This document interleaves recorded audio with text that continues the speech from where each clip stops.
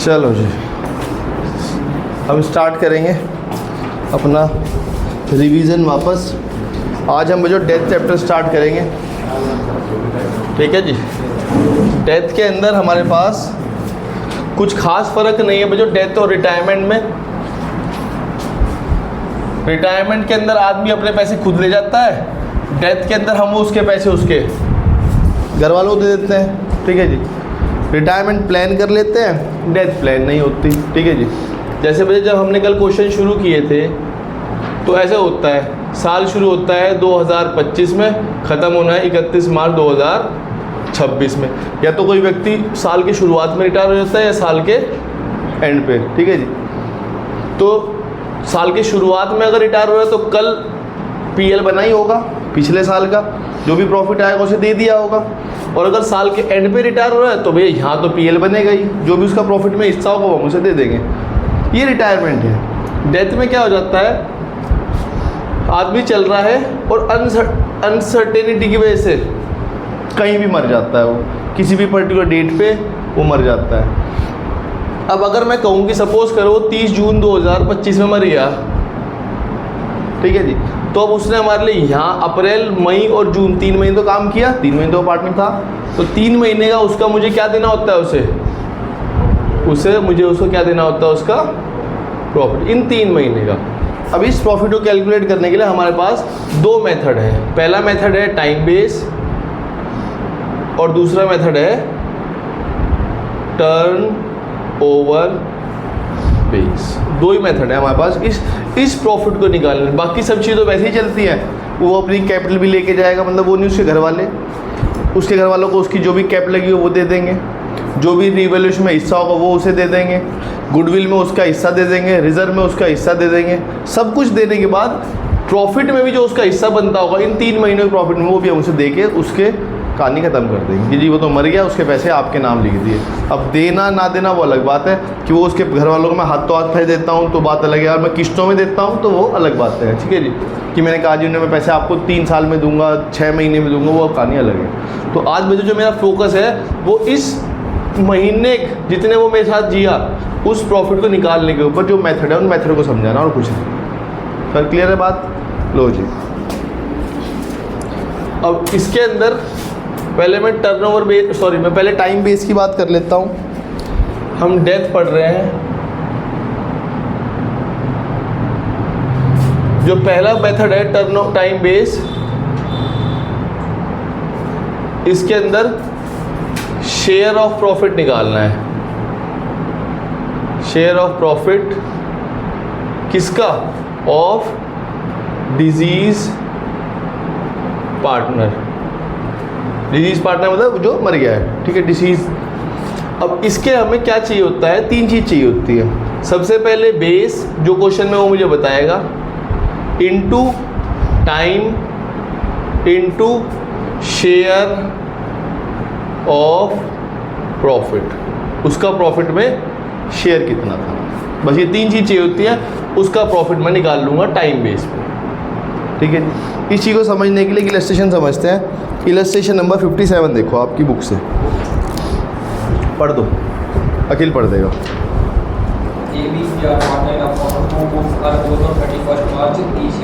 ठीक है जी भाई, ध्यान रखना, ये ज़रूर ध्यान रखना इस क्वेश्चन के अंदर कि हमारे अकाउंट्स क्लोज कब होते हैं। कब क्लोज होते हैं? 31 मार्च पे। क्योंकि बच्चे जब आप महीने गिनोगे ना, तो जैसा भी मैंने एक आपको वो समझाया था कि एक व्यक्ति जून में मर गया तो वो कितने महीने जला था?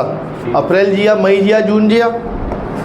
ये आपने अजम्पशन कैसे लगाई? क्योंकि मैंने बताया था कि अकाउंट्स अप्रैल में शुरू होते हैं, मार्च में क्लोज होते हैं, तो वो 3 महीने जिया। अगर क्वेश्चन में बच्चे मैं कहता हूँ हम कैलेंडर ईयर फॉलो करते हैं तो वही 3, 6 भी हो सकते थे। तो ये क्वेश्चन में ज़रूर ध्यान रखना जब आप प्रॉफिट निकाल रहे हो टाइम बेस या टर्नओवर बेस पे, कि अकाउंट्स क्लोज कब किए जाते हैं। इसी चैप्टर के अंदर कभी कभार वो टर्नओवर बेस मार्च की जगह वो कैलेंडर ईयर लिख देता है, लेकिन हमें आदत क्या है, हमेशा अगर मैं कभी भी आपको कहूँ बच्चे महीने गिन के बताओ, तो आप लोगों का कॉमन जो चलता है वो अप्रैल से ही चलता है। अकाउंट्स अप्रैल से ही चलती है, मार्च में क्लोज होती है। यहाँ वो कभी कभार कुछ गलती करवा जाता है, ठीक है जी। ए मर गया है 30 जून 2022 में। According to the agreement of share of profit of deceased partner up to the date of death is to be calculated on the basis. उसने बेस बताया, क्या बेस बताया?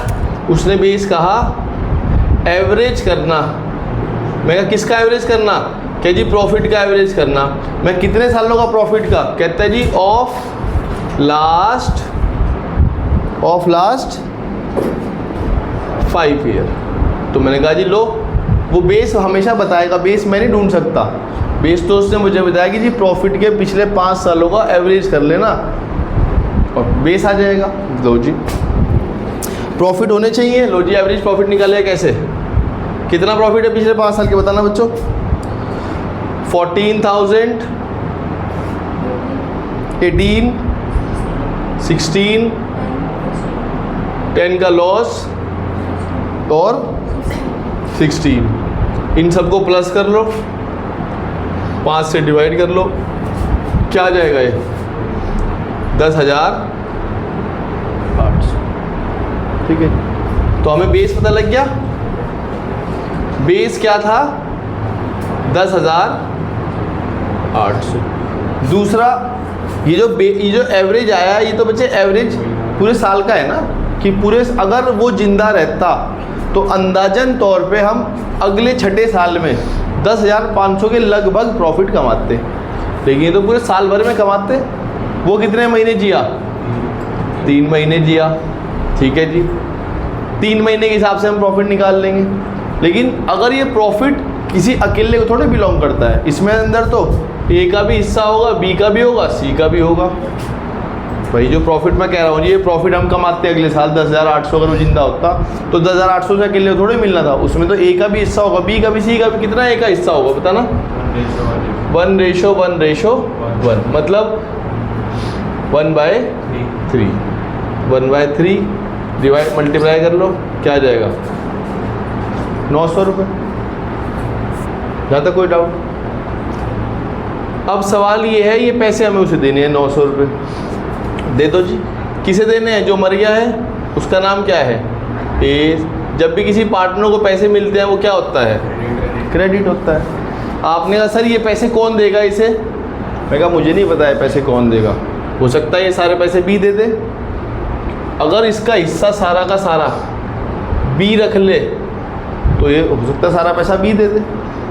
अगर क्वेश्चन में ये सारा पैसा, इसका हिस्सा सी रख ले तो सी दे देगा। अगर दोनों रख रहे हैं तो दोनों दे देंगे। क्वेश्चन ने बताया कि ए के मरने के बाद उसका हिस्सा कौन रख रहा है? बी रख रहा है, सी रख रहा है, दोनों रख रहे हैं। क्वेश्चन ने बताया? नहीं बताया। तो मैंने बताया था बच्चे, यहाँ पे क्वेश्चन में एक तरीका होता है न्यू रेशियो निकालने का। अगर ये लैक ऑफ इन्फॉर्मेशन है क्वेश्चन, तो कैसे करते हैं हम? इसे हाइड कर लेते हैं। अब क्या दिख रहा है आपको? बी और सी। तो ध्यान रखना मुझे, जब भी आप ये वाली एंट्री करोगे प्रॉफिट देने के लिए और आप कभी क्वेश्चन हाइड करके निकाल रहे हो, तो अभी आपको अभी ये क्वेश्चन में आप सस्पेंस है कि ये पैसा बी देगा या सी देगा। ठीक है, तो यहाँ पे आप हमेशा प्रॉफिट देने के लिए आप यूज़ करेंगे profit and loss suspense account. अगर कभी भी आप डेथ के केस में, सिर्फ डेथ के केस में बता रहा हूँ, अगर कभी भी आप डेथ चैप्टर कर रहे हो और प्रॉफिट कैलकुलेट कर लिया टिल द टाइम जब तक वो जिया था, ठीक है जी, तो उसे उसके प्रॉफिट के पैसे पीएल सस्पेंस के द्वारा दिए जाएंगे, अगर आपने प्रॉफिट रेशो ऐसे हाथ सॉल्व करके किया। और अगर आपने कहा सर क्वेश्चन में हमें बता रखा होता, अगर हमें सर क्वेश्चन में बता रखा होता कि ए के मरने के बाद बी और सी अपना प्रॉफिट 3:2 कर लेंगे, फिर तो बच्चे गेन निकालना ही जा सकता है। फॉर्मूला क्या है सेक्रीफाइस का और गेन का? हमें गेन निकालना होता है। जब मैं एडमिशन पढ़ा रहा होता हूँ बच्चे, हम हमेशा सेक्रीफाइस का फॉर्मूला चलाते हैं ऐसे, ओल्ड माइनस न्यू। लेकिन जब बच्चे मैं रिटायरमेंट या डेथ पढ़ा रहा होता हूँ तो मैं हमेशा इस फॉर्मूले को पीछे से पढ़ता हूँ, गेन न्यू माइनस ओल्ड। क्यों? क्योंकि जब कोई एडमिशन लेता है तो पुराने पार्टनर को नुकसान होगा, क्योंकि उसे भी नई जगह देनी पड़ेगी, उसे भी प्रॉफिट में हिस्सा देना पड़ेगा, तो किसी ना किसी को कुछ सेक्रीफाइस करना पड़ेगा।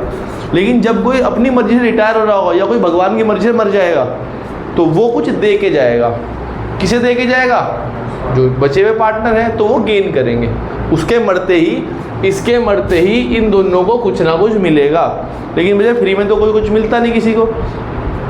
अगर ये खुद रिटायर होता तो ये पैसे इसे दे देते इसका हिस्सा लेने के लिए। अब ये मर गया है तो ये पैसे इसके घर वालों को दे देते हैं। ठीक है जी। तो अगर बच्चे यहाँ पे आप कभी क्वेश्चन में न्यू रेशियो दिया हो, ओल्ड गिवन हो, और आपने मेहनत करके गेनिंग निकाल लेते हैं। गेनिंग का क्या फॉर्मूला है? New minus old. किसके लिए? बी के लिए और सी के लिए। बी के पास ओल्ड न्यू कितना है? 3/5 2/5। इसका ओल्ड कितना है ये सोच के बताओ कितना है ओल्ड। बी का ओल्ड कितना है? 1/3। 1/2 नहीं। मैंने उस दिन भी इस बारे में बहुत बहस की थी कि अगर आप यहाँ बच्चे इसे गायब कर दो तो एक क्वेश्चन किस चैप्टर का बन जाएगा। अगर आप यहाँ 3 की जगह 2 कर दो तो ये चैप्टर ये चेंजिंग प्रॉफिट का बन जाता है। क्योंकि फिर तो आप कह रहे हो भैया पहले प्रॉफिट के 5 होते थे, 3 इसके पास 2 इसके पास, और ठीक है जी। और अब आने वाले टाइम में प्रॉफिट के 5 होंगे, 3 और 2, और अब प्रॉफिट के कितने होंगे? पहले 2 होते थे तो इसके बाद 1 आ गया। तो इससे ध्यान रखना, ये एक कॉमन मिस्टेक है जहाँ बच्चा यहाँ पे इसे पूरी तरीके से भूल ही जाता है। कह रहा है अच्छा बी का पास पहले एक हिस्सा था 2 में से नहीं 3 में से एक था उसके पास। निकाल लेते हैं एलसीएम। 15 9 - 5 that is 4/15। यह आ जाएगा 1/15। रेशो आ गया 4:1। अब रेशो ये आपने कैलकुलेट किया, ये सारा तामझाम आपने कैलकुलेट किया ना। अगर ध्यान रखना बेटा डेथ के केस में कभी आप गेनिंग रेशो निकाल लो कैलकुलेट करके तो फिर प्रॉफिट की एंट्री सस्पेंस से नहीं जाएगी, फिर उन पार्टनर के नाम से आएगी जिन्होंने उसका हिस्सा गेन किया। किसने गेन किया? बी ने गेन किया। हाँ जी बी ने गेन किया। सी ने भी किया? सी ने भी किया। किससे गेन किया होगा? ए से ही किया होगा जो मर गया है। तो 900 रुपये ए को कौन देगा? 720 रुपये बी देगा और 180 रुपये सी देगा। ये सबसे कॉमन डाउट है इस चैप्टर के अंदर कि सर कब हम प्रॉफिट की एंट्री सस्पेंस के द्वारा करते हैं या पार्टनर के नाम से करते हैं। इस चैप्टर में और कोई दिक्कत नहीं है। प्रॉफिट निकालना आप सबको आ जाएगा।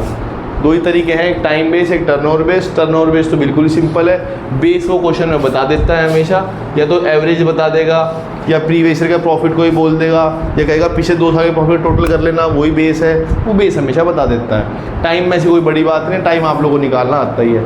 ध्यान रखना बच्चों, अगर टाइम क्वेश्चन में मंथ पे मरा, मतलब ऐसे मरा वो 30 जून 1 जुलाई, मतलब महीने की पहली या आखिरी में, तो हमेशा महीनों में काउंट करना।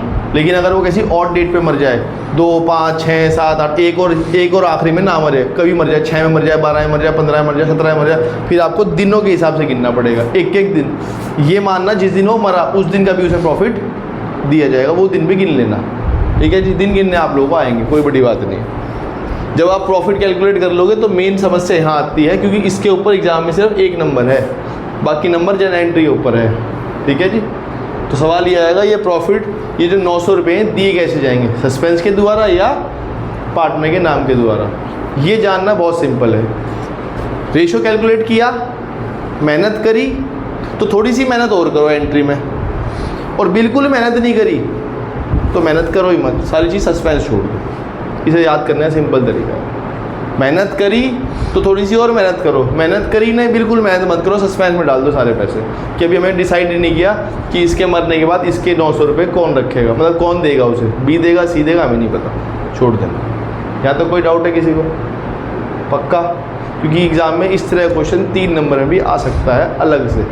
नॉर्मल तो भैया डेथ के ऊपर एक पूरा क्वेश्चन ही आता है 4 नंबर का, उसके अंदर पूरा आपको जो मर जाता है उसका अकाउंट बनाना पड़ता है। लेकिन इस तरह क्वेश्चन भी है तो 1 नंबर में MCQ या 3 नंबर की जनरल एंट्री के साथ पूछा जा सकता है। ठीक है जी, गुड। 57 बता दिया है। इससे नेक्स्ट क्वेश्चन 58 है बच्चे, वो दिनों में है। वो दिनों वाला क्वेश्चन है, क्वेश्चन सेम ही है, टाइम बेस पे है, लेकिन वहाँ पे आदमी किसी एक डेट पे मर गया है, तो डेट गिनना आप लोगों को कोई बड़ी बात नहीं है, कर लोगे आप कैलकुलेट। ठीक है जी। इससे नेक्स्ट इलस्ट्रेशन है 59, वो मैं करा रहा हूँ, वो है टर्नओवर बेस पे। ठीक है जी। लाओ जी।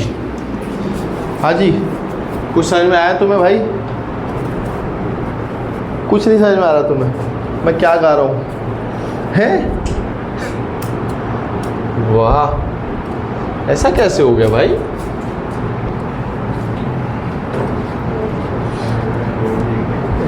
लगे जंग लग गया है। शक्तियाँ भूली हो तुम अपनी।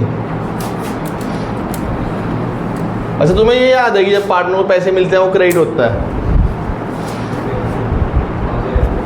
और जब देते हैं तो हाँ, जब पार्टनर को पैसे देते हैं वो क्रेडिट और लेते हैं तो क्रेडिट। अच्छा एक एंट्री बोल के बताना, गुडविल को राइट ऑफ करने की एंट्री होती थी। ए बी पार्टनर है, पर फिर नहीं भाई तुम्हें कुछ याद आ रहा, तुम्हारी याददाश्त कमज़ोर हो गई है भाई। 15 दिन में तो कम बैक बहुत मुश्किल है भाई। 59 देख लेते हैं भाई। 15 दिन में अकाउंट में कम बैक होता नहीं जल्दी से, कर ले बहुत अच्छी बात है भाई, हम भी चाहते हैं कम बैक कर ले। पढ़ो जी, एक्स वाई एंड जेड, ये टर्नओवर बेस पे है बच्चों, ये वाला question.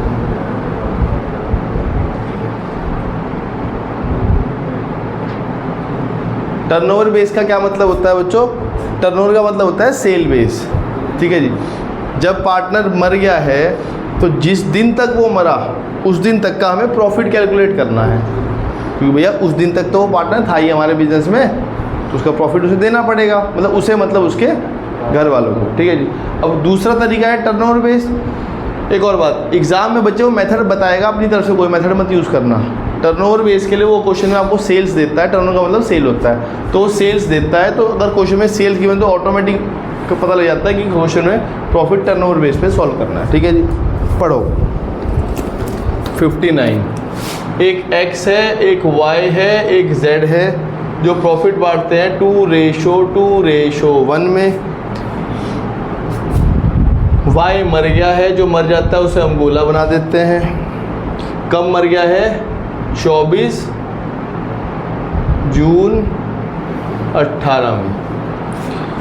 y share in the profit of the firm till the date of death from the last balance sheet was to be calculated on the basis of sales. कह रहे जी जो y मरा उस दिन तक का प्रॉफिट लास्ट बैलेंस शीट से, last balance sheet का प्रॉफिट दे दिया होगा, तो लास्ट बैलेंस शीट से आज तक का जो प्रॉफिट उसका बनता था उन महीनों का, उन दिनों में, वो हमें कैलकुलेट करना है। किस बेस पे?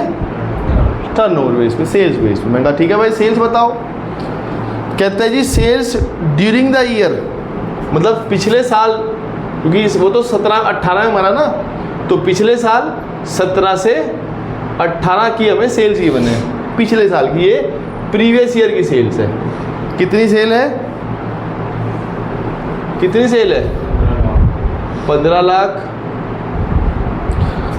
और इसी सेल के ऊपर जो हमने प्रॉफिट कमाया, ये प्रॉफिट कितना कमाया हमने? 3 लाख। ये सेल्स है, ये प्रॉफिट है, ठीक है जी। और जिस टाइम y हमारा पार्टनर था उस टाइम पीरियड की सेल गिवन है, मतलब वो गिवन है मुझे 1 अप्रैल 18 से लेके कब तक की?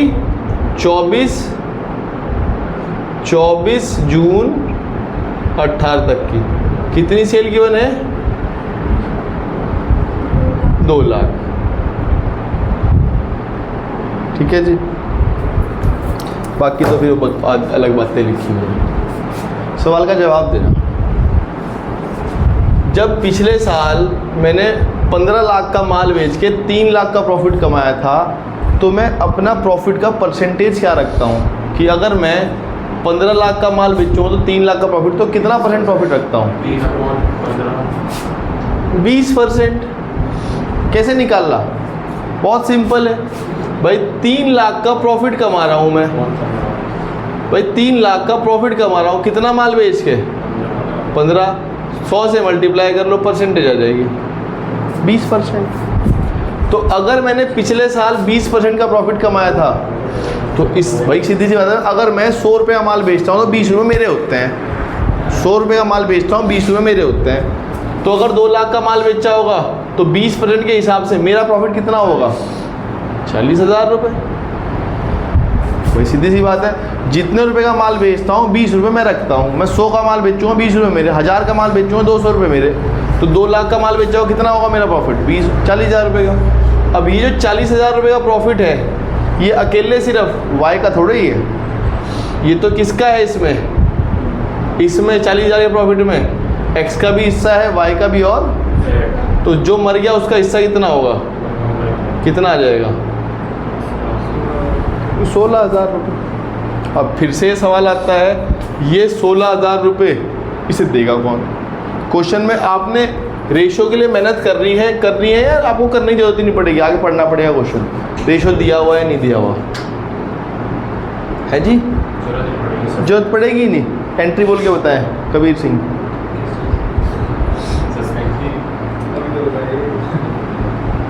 नहीं भाई तुम ऐसा टेंशन ना लो, अभी ये अलग जोन में है भाई, आने में टाइम लगेगा इसे। किसी चीज़ ऐसे पहले ये पूछा करता था। बता दो भाई एंट्री। अरे वाह, कुछ एंट्री बोल के बताते हैं। ये 16,000 रुपये की हमें वाई को पैसे देने, लेकिन मुझे ये नहीं पता कि इसका हिस्सा एक्स देगा या जेड देगा। बहुत बढ़िया। Profit and loss suspense account debit to Y capital. हाँ भाई लग रहा है पता भाई, लग रहा है पता भाई, छू कम बैक हो नहीं पा रहा। ठीक है जी। अच्छा कब मुझे एक्स और वाई, कब मुझे एक्स और जेड का नाम यूज़ करना पड़ता? जब न्यू रेशो दिया होता, या फिर मुझे बताया होता कि जी इसका हिस्सा इसने इतना गेन किया है, मतलब गेनिंग दिया होता। या तो गेनिंग खुद से दे देता या मुझे न्यू दे देता, गेनिंग में निकाल लेता। नहीं बताया तो भैया मुझे तो पता ही नहीं। सस्पेंस पता है ना क्या होता है? क्या होता है सस्पेंस का मतलब? अपर्णा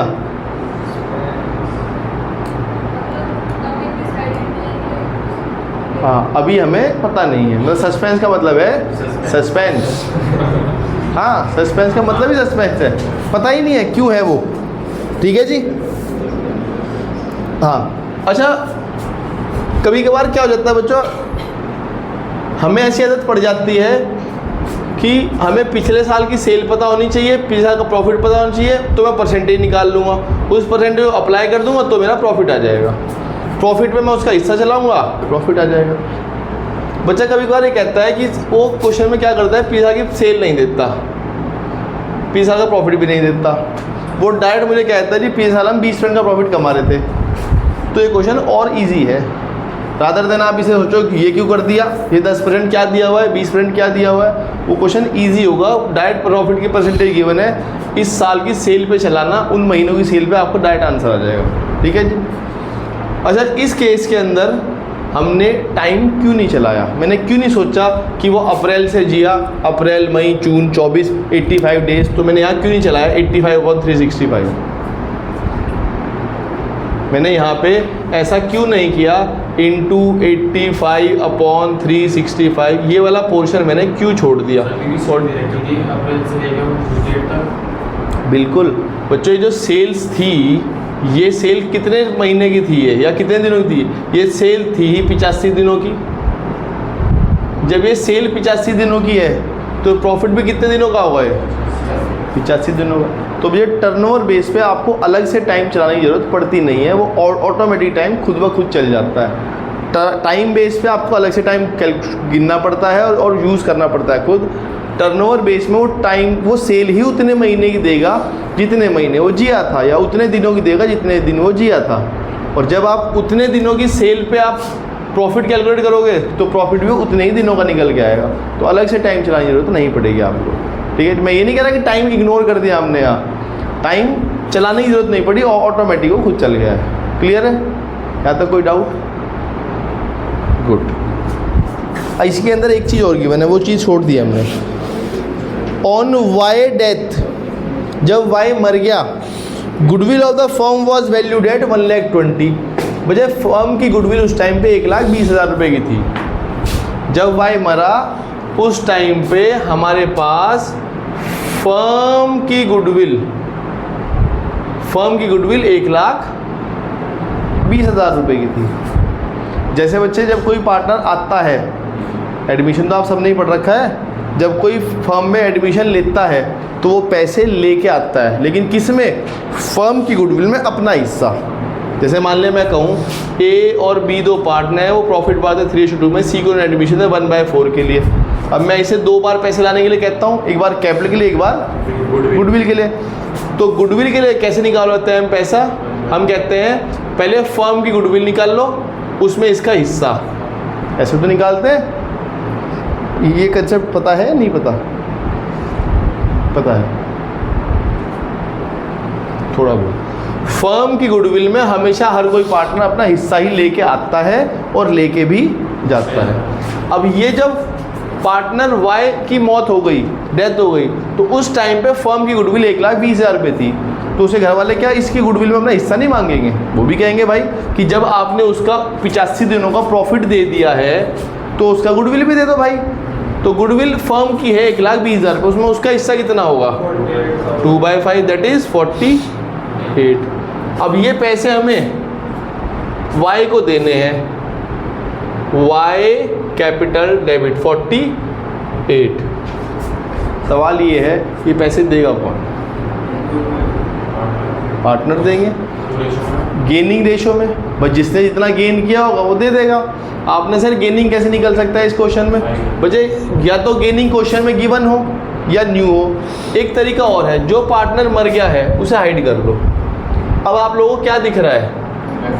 एक्स और जेड, उनके नीचे रेशो लिखा हुआ है, कुछ क्या लिखा हुआ है?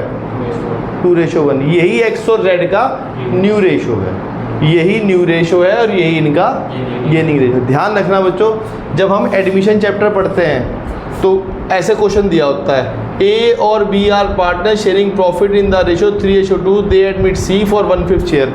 लेकिन सी ने अपना हिस्सा किससे गेन किया नहीं बताते, तो आपने कहा सर कोई बात नहीं, सॉल्व करना आता है। Let the total profit divide 1 में से 1/5 लेस किया, बचा 4/5। 4/5 को इससे मल्टीप्लाई कर देते हो, और इस केस में आप ओल्ड रेशो को क्या मान लेते हो? Sacrifice ratio. ये क्वेश्चन वो है जहाँ पे इन्फॉर्मेशन की कमी थी, लैक ऑफ इन्फॉर्मेशन। तो भैया यहाँ भी तो इन्फॉर्मेशन की कमी है कि भैया जब वाई मर गया उसका हिस्सा कौन गेन कर रहा है, तो इसी क्वेश्चन को बोलते हैं लैक ऑफ इन्फॉर्मेशन। अगर इन्फॉर्मेशन की कमी है तो इन्फॉर्मेशन को कमी रहने दो और एक क्वेश्चन में उस पार्टनर को छुपा लो। तो रेशो क्या दिख रहा है आपको? 2:1। यही इनका न्यू है, यही इनका गेनिंग है। जैसे एडमिशन में ओल्ड ही सेक्रीफाइस बन जाता है, रिटायरमेंट और डेथ के अंदर न्यू ही गेनिंग बन जाता है। और जब गेनिंग निकाल दिया हमने 2:1, जब गेनिंग दिख गया हमें 2:1, तो ये गुडविल के पैसे भी उसी रेशो में भुगतान करेंगे। कितने रुपए देगा ये? 36,000। ये कितने देगा? 36 और नहीं, गलत है, 16 दूनी 32। ठीक है जी, बात समझ में आ रही है?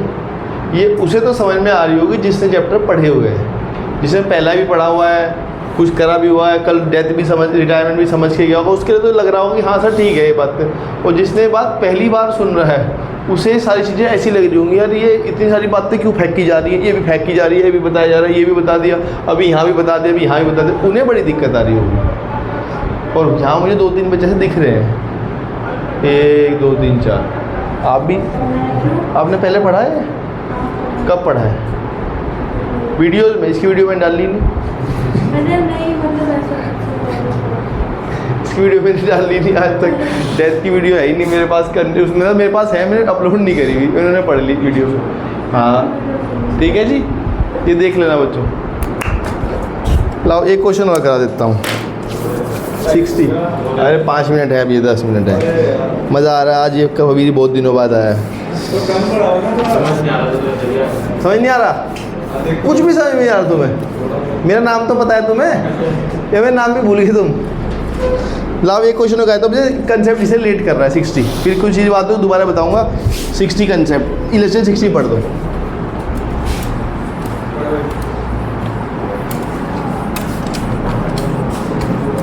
कंसेप्ट यही था मुझे, टाइम और टर्नओवर बेस्ड प्रॉफिट निकालने के लिए कैसे कैलकुलेट किया जाता है। 2 मेथड है, ठीक है जी।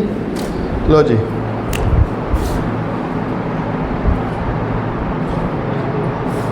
देखते हैं। दानिश, ऐना एंड प्रांजल। एक दानिश है, एक ऐना है, एक प्रांजल है, जो 5:3:2 में प्रॉफिट बांटते हैं। 31 मार्च पे अकाउंट क्लोज होते हैं। बहुत अच्छी बात है, मतलब मुझे अप्रैल से दिन गिनने हैं। दानिश मर गया, दानिश भाई चले गए हैं 30 जून पे। कितने दिन जिए दानिश भाई? अप्रैल, मई, जून, जुलाई, अगस्त, कितने महीने? 6 महीने। हिज कैपिटल, उसकी कैपिटल 5 लाख रुपए है। Along with the share of goodwill, goodwill के पैसे अलग देने हैं। The total goodwill of the firm, firm की गुडविल है 60,000 रुपये। तो 60,000 की गुडविल में, फर्म की गुडविल में, फर्म की गुडविल में दानिश भाई के कितने पैसे होंगे? कितने पैसे होंगे? 30,000। सवाल ये है 30,000 रुपये देगा कौन? क्वेश्चन में थोड़ा सा आगे देखो, कहीं न्यू रेशो गिवन है, कहीं कुछ बता रखा हो, कुछ नहीं बता रखा। अब ये 30,000 रुपये दानिश भाई को देगा कौन? ए और पी रेशो 3 रेशो। तो A's capital debit, P's capital debit to क्या? To D's capital. 30,000 रुपये से गुडविल में। और एक और बात ध्यान रखना, मुझे गुडविल के ऊपर टाइम नहीं चलता। बच्चा वो टाइम यहाँ पे ले लेता है, उसे लगता है कि डेथ के केस में टाइम बड़ा इंपॉर्टेंट है, वो टाइम यहाँ भी यूज़ करना शुरू कर देता है। गुडविल के ऊपर कहीं भी टाइम नहीं चलता। टाइम से 2 चीज़ों पर चलता है। अगर आपको ब्याज निकालना हो, interest on capital, interest on drawing, और दूसरा प्रॉफिट के ऊपर, और टाइम कहीं नहीं चलता पूरी पार्टनरशिप में। किसी भी चीज़ का अगर आपको ब्याज निकालना हो, interest on loan, interest on drawing, interest on capital, तो वहाँ टाइम ज़रूर चलता है। ठीक है जी। मान लिया अगर ये दानिश है अभी मर गया और ये 6 महीने जिया, और क्वेश्चन में सपोज करो मुझे इसे ब्याज देना हो कैपिटल पे, तो ब्याज भी 6 महीने में मिलेगा इसे, अगर क्वेश्चन में गिवन है। ब्याज टाइम 2 जगह चलेगा हमेशा। अगर कभी ब्याज निकालना हो, किसी भी चीज़ में ब्याज निकालना हो, टाइम के बगैर ब्याज नहीं निकलता। और दूसरा उसका प्रॉफिट में जो उसका हिस्सा होगा उसमें गुडविल, बाकी और कहीं टाइम मत चलाना। कि बच्चा रिजर्व के ऊपर भी टाइम चलाना पेल देता है कि उसे लग रहा है टाइम बहुत इंपॉर्टेंट है। नहीं, क्लियर? तो 30,000 में कौन देगा? ये 18 और 12। ठीक है, डी को पैसे मिल गए ए और पी से। आगे देखते हैं। He share of profit up to the date of death on the basis of sales till date of death. Sales आपको प्रीवियस ईयर की गिवन है 2 लाख, और प्रॉफिट प्रीवियस ईयर का गिवन है आपको 10%। सेल्स कह रहा है जी इस साल 20% से बढ़ती और प्रॉफिट 1% से कम हो जाता।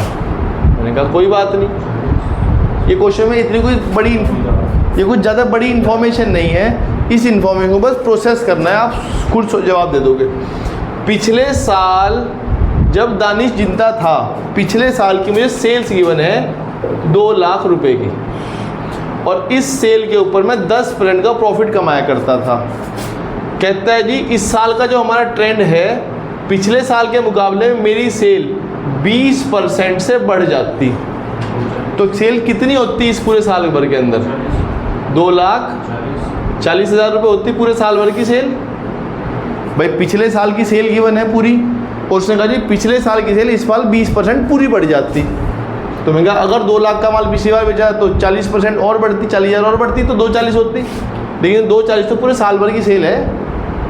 इसमें वो कब मर गया? 30 सितंबर 2000, कब मरा वो? 19।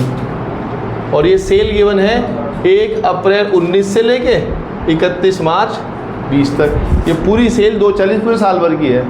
तो इसमें उस टाइम तक की सेल कितनी होगी? 2,40,000 को 1, 2, 3, 4, 5, 6 महीने पे कन्वर्ट कर लो, क्योंकि 6 महीने जिया वो। कितनी सेल होगी 6 महीने की? 1,20,000। इस बार सेल गिवन नहीं थी, जैसे पहले वाले क्वेश्चन में सेल गिवन थी, इस बार सेल भी उसमें थोड़ी सी मेहनत करवा लिया आपसे बस। पिछले साल जो प्रॉफिट 10% था, इस साल वो 1% से घटता तो कितना होता? 9%। तो प्रॉफिट कितना कैलकुलेट करते हैं हम? करना बच्चों 10,800। ये 10,800 में तो डी का भी है, ए का भी है और पी का भी है। उसमें डी का हिस्सा कितना है? 5,400।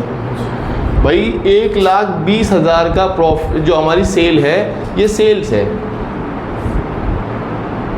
ये प्रॉफिट की परसेंटेज है जो कि मुझे क्वेश्चन में बताई हुई थी कि पिछले साल से इस साल 1% गिरेगी।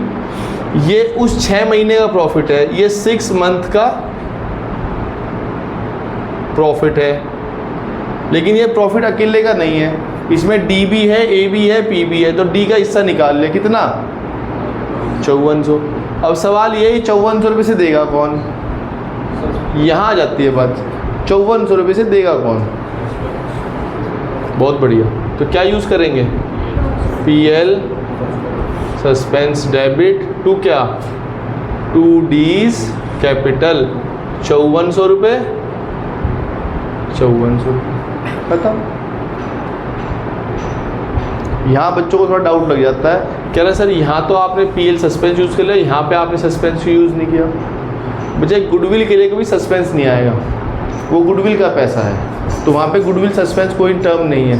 लेकिन प्रॉफिट है तो ये पैसा प्रॉफिट का ही, भाई ये जो 5400 रुपये है ये है तो प्रॉफिट का ही पैसा, तो प्रॉफिट में नहीं मैं ऐसे लिख सकता सिर्फ प्रॉफिट एप्रोप्रिएशन कर दूँ, क्योंकि PL एप्रोप्रिएशन कब बनेगा, साल के एंड में, और है ये प्रॉफिट का पैसा।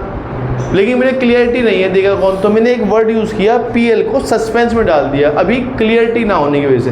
और अगर क्लियरिटी आ जाती, क्लियरिटी कब आती, जब क्वेश्चन में न्यू गिवन हो या गेनिंग गिवन, तो क्लियरिटी है तो फिर तो नाम में धड़ल्ले से यूज़ करता हूँ, A भी और P भी।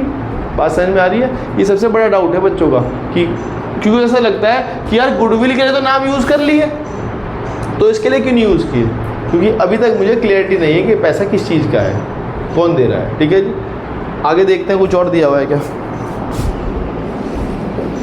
और तो कुछ नहीं है। ठीक है जी, कह रहे जी आधे पैसे हमने उसे घर वालों को दे दिए हैं, आधे पैसे देने हैं। लो जी, टोटल पैसे जोड़ लो, कितने बैठते हैं उसके, कितने बैठे थे, 5 लाख एक बैठ रहे थे जो उसी कैपिटल के थे।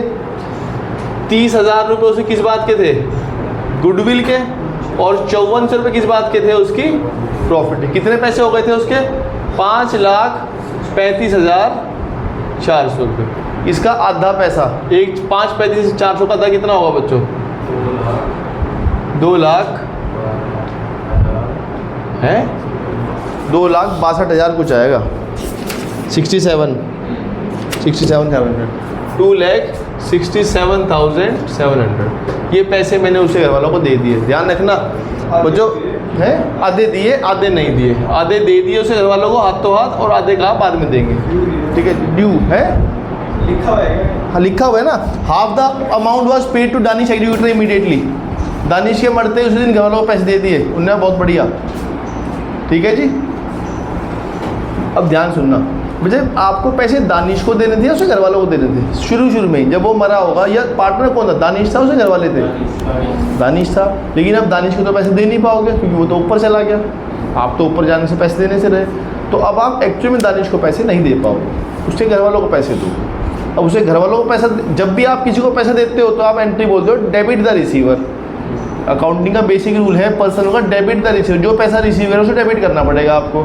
दानिश को दे नहीं सकते क्योंकि वो मर गया है, उसे घर वालों को दोगे तो उसे घर वालों को डेबिट करोगे। क्या उसे घर वाले यहाँ पे क्रेडिटर थे, नहीं थे, तो पहले आपको दानिश को मारना पड़ेगा जो कि ऑलरेडी मरा हुआ है, उसे घर वालों को अपनी किताबों में जिंदा करना पड़ेगा।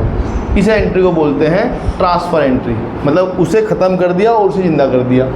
देखना एंट्री क्या बनेगी, दानिश एग्जीक्यूटर अकाउंट डेबिट। अब दानिश के एग्जीक्यूटर आपकी किताबों में जिंदा हो गए, ठीक, वो डेटर बन गए।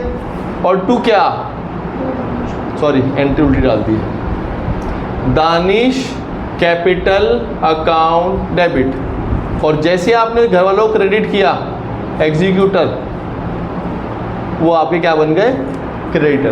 अब आप क्या दानिश क्रेडिटर नहीं है, उसके घर वाले क्रेडिटर। कितने रुपए से, 5,35,400, 5,35,400। अब आप कह रहे हो दानिश को, दानिश तो मर गया, आपने दानिश को डेबिट करके ख़त्म कर दिया। जब भी किसी का अकाउंट ख़त्म करना हो वो डेबिट होकर ख़त्म होता है। याद है जब डिसोल्यूशन कर रहे थे, पार्टनर का लोन अकाउंट को कैसे ख़त्म करते हो, डेबिट करके, as loan account debit to bank, याद है। तो जब भी कोई लाइबिलिटी साइड का अकाउंट ख़त्म करना हो वो डेबिट होकर ख़त्म होता है। तो आपने दानिश की कैपिटल को ख़त्म कर दिया, उसे घर वालों को अपना क्रेडिटर बना लिया। अब आपके उसे घर वालों कह रहे हो जी हाँ हमें आपके पैसे देने हैं, उन्होंने कहा लाओ दो, मैं जी आधे दे देता हूँ आधे बाद में दूंगा। उसने चल ठीक है बाद में दे दियो।